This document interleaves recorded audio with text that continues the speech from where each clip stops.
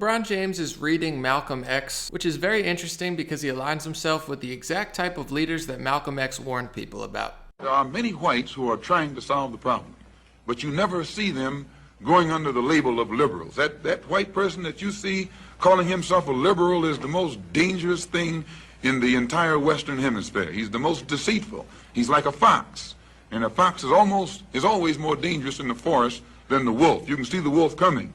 You know what he's up to, but the fox will fool you. He comes at you with his mouth shaped in such a way that even though you see his teeth, you think he's smiling. You take him for a friend. There are many whites who act friendly toward Negroes. A fox acts friendly toward the lamb. And usually the fox is the one who ends up with the lamb chop on his plate. The wolf doesn't act friendly, and therefore the wolf has more difficulty in getting the lamb chop in his plate. I'd like to point out, though, that... And I say that because it is usually if you study the structure of the Negro community, economically, politically, civically, psychologically, and otherwise, it's controlled by the white liberal, who usually poses as the friend of the Negro.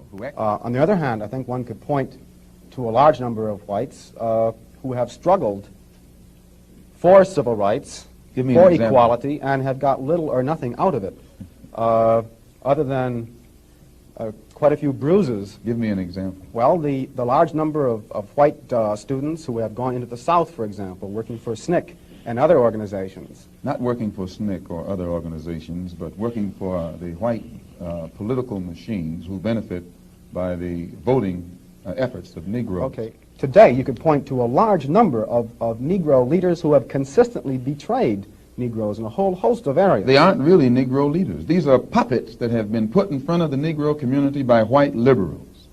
These are parrots that have been put in front of the Negro community by white liberals. You can't name me a Negro leader who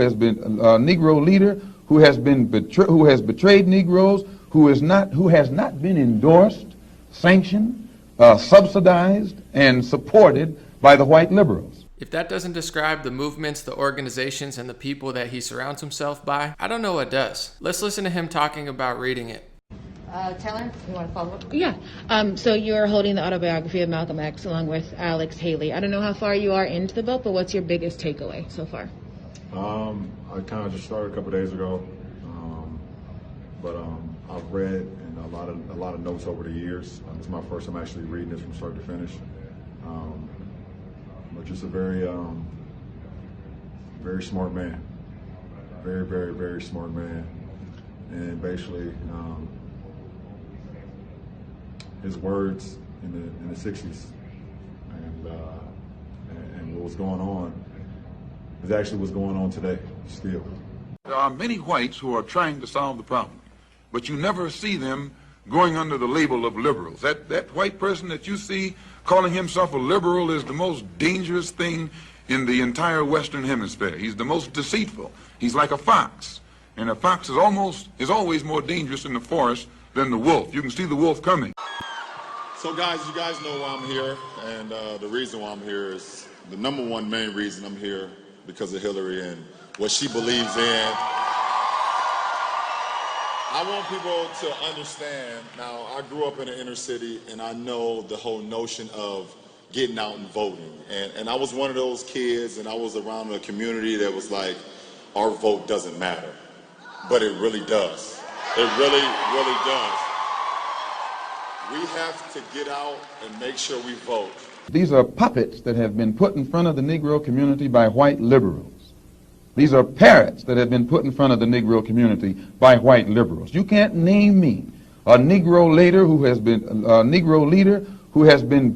has betrayed Negroes, who has not been endorsed, sanctioned, subsidized, and supported by the white liberals. And let's not get it twisted. Malcolm X said a lot of different stuff, many of which are very unpopular today and no one would dare say. So check out videos of him speaking while you still can, to hear it directly from him, not a watered down version of somebody speaking on his behalf. Malcolm X was not politically correct. He talked about white people, he talked about black people, and he even talked about Jewish people. But I wouldn't dare put that clip in this video because that would probably get me silenced, censored, blacklisted, and demonetized on all social media, because free speech doesn't exist in this country anymore, and if you dare mention that, they'll come after you, trust me. So I'll let you find those videos on your own so you could hear the full context of what he says. Personally, one of my favorite quotes from him is, "The media is the most powerful entity on earth. They have the power to make the innocent guilty and to make the guilty innocent, and that's power because they control the minds of the masses." Love that. Fantastic. I've also been reading another book recently that I would love if LeBron James picked up off the shelf, which is called Color, Communism, and Common Sense by Manning Johnson, who is a black American who worked for the Communist Party until he left, realized what they were doing, and wrote an entire book about it. It's absolutely fantastic. This guy is intelligent, articulate, really makes you think what they're doing to our country, because most people right now are not this intelligent and smart. It seems like they're dumbing down our entire country. But he spoke eerily similar to Malcolm X about progressives, liberals, and how leftist leaders at the top were actually purposely exploiting our racial tensions. This is a direct quote from chapter 2, Subverting Black Churches. I'm just going to say black because it's a more appropriate word in my day. Created doubt, lack of confidence, suspicion, setting up situations that bring about racial bitterness, violence, and conflict, putting forth demands so unrealistic that race relations are worsened,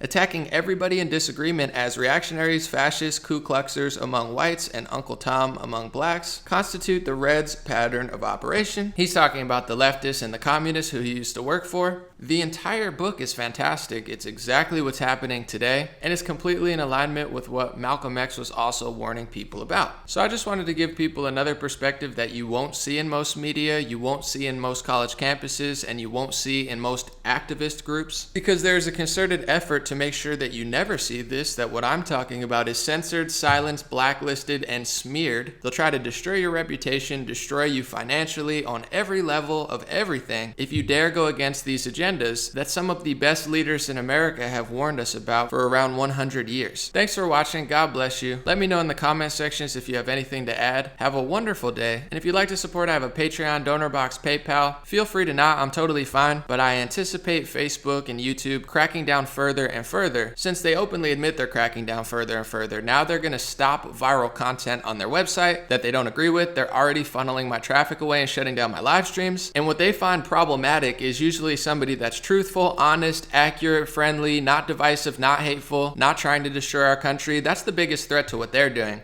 And people have seen it coming for a long time. Have a good one. I'll be back.